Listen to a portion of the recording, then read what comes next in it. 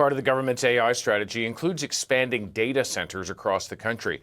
Those facilities are a flashpoint in some communities. In Hamilton, the city has just denied a data center proposal after hundreds protested at a planning tribunal. That's no moon. It's a space station. It's too big to be a space station. I have a very bad feeling about this.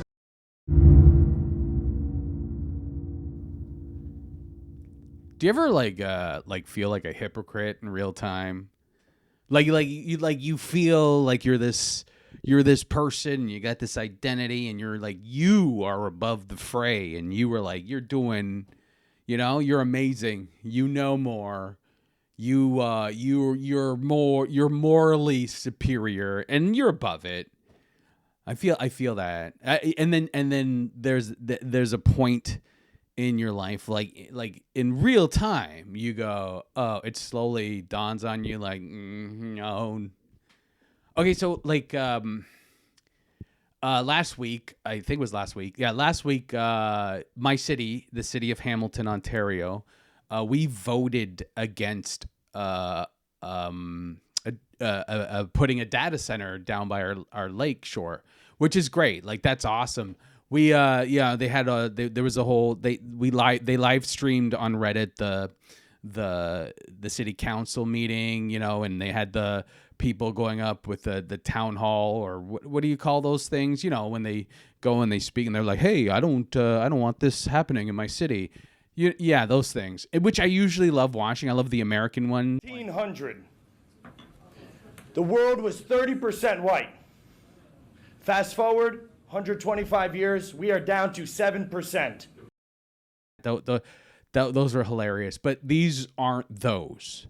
These were more serious. And people, showed up and complained because we know about data centers and we understand how, they're taking power and polluting the water and what have you. So this was a real win for a very grassroots, a very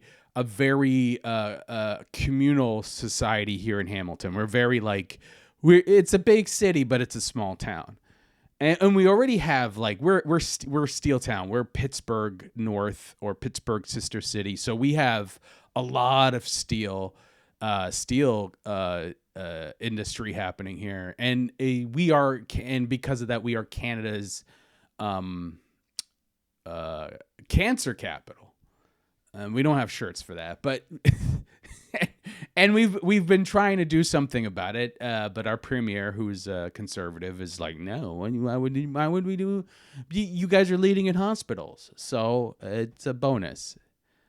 Anyway, I still think that what happened last week is a win for Hamilton, not getting a data center. That's the main thing so far. Okay, so the win, this win is great. It's awesome.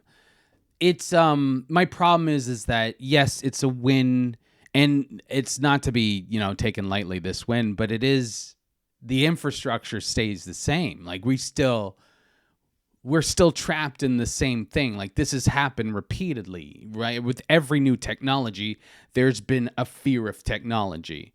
But with the technology, the fear is kind of justified.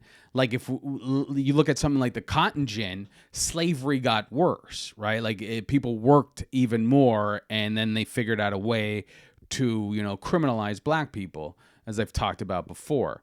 So it's like this double, you're fighting this double war, right? Like, the immediate problem is what you're fighting, but you're also trying to fight a long-term problem, or sometimes the long-term problem just slips from your head. Like, it just disappears. And you can have the best of intentions, right? This is not a video of me calling out the people that are fighting against who are fighting the data centers, by no means. Nor is it like a AI apology video. It is just a loop I found myself in.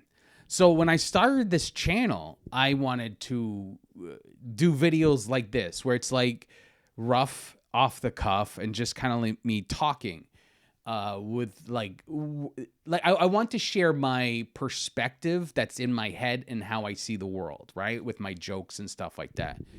And as I've gotten deeper into it, especially my second season of this, I leaned on AI. And not creatively, but like in terms of like helping me craft, like helping me edit, helping me figure out the path towards, you know, a linear narrative in these videos, or even SEO. And while I was like, this is great, I found myself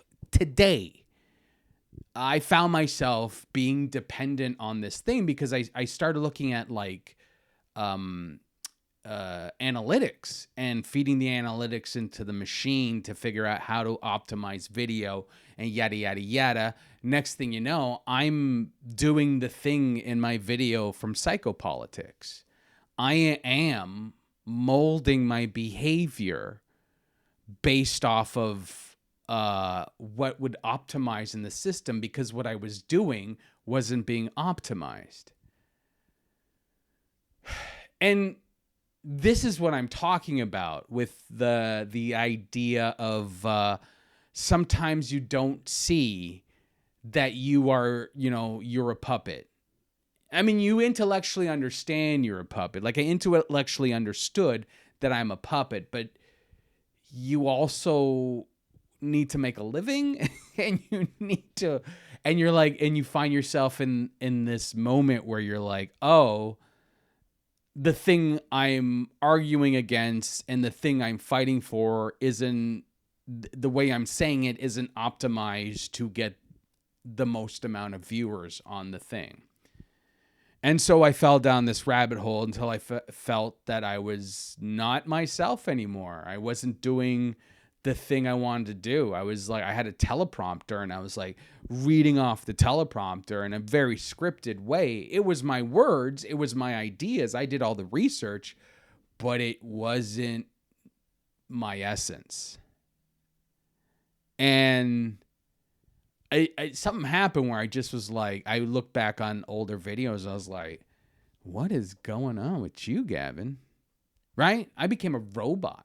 The thing I was like, I was railing against in my first season, I became like a goddamn robot. And that's terrifying to me, how easy that happened for someone who was researching, reading, and talking about that thing, how easy it was to be co-opted into that system.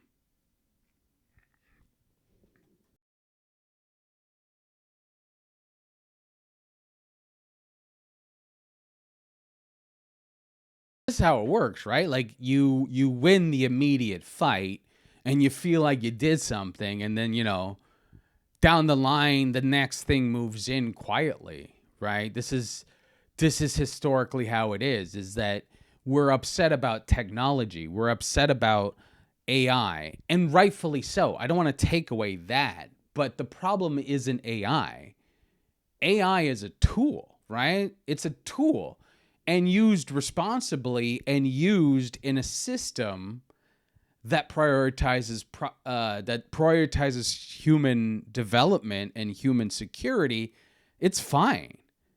But in a system that prioritizes profit, you know, we're fucked.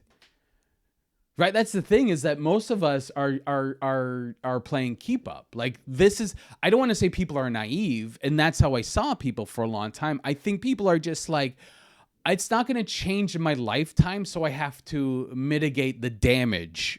I have to, like, I know there's going to be Galen Westons, but I still got to figure out how to get meat prices lower, right? I got to, my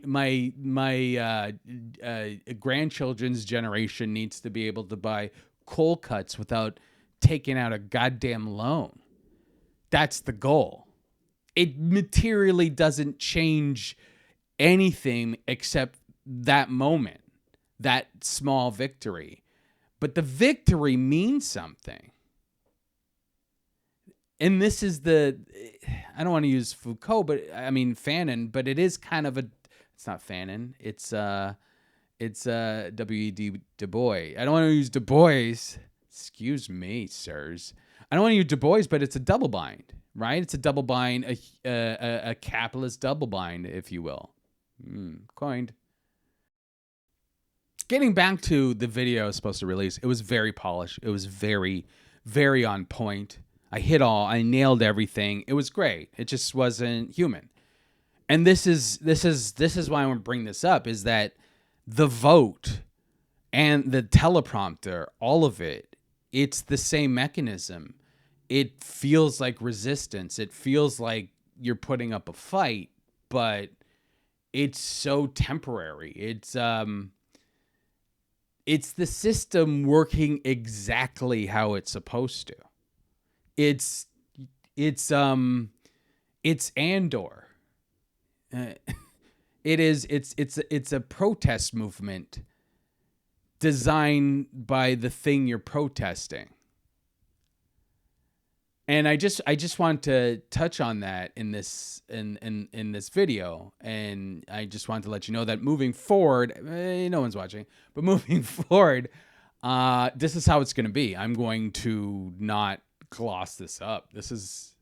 I'm going to just be what I want it to be from the get-go. I'm still going to use AI for stuff. I like for my SEO and writing copy and stuff like that, because I can't do it. But I'm going to be more off the cuff moving forward. Good luck and God bless. I don't know what that's from, but it sounds good, doesn't it? It sounds really good.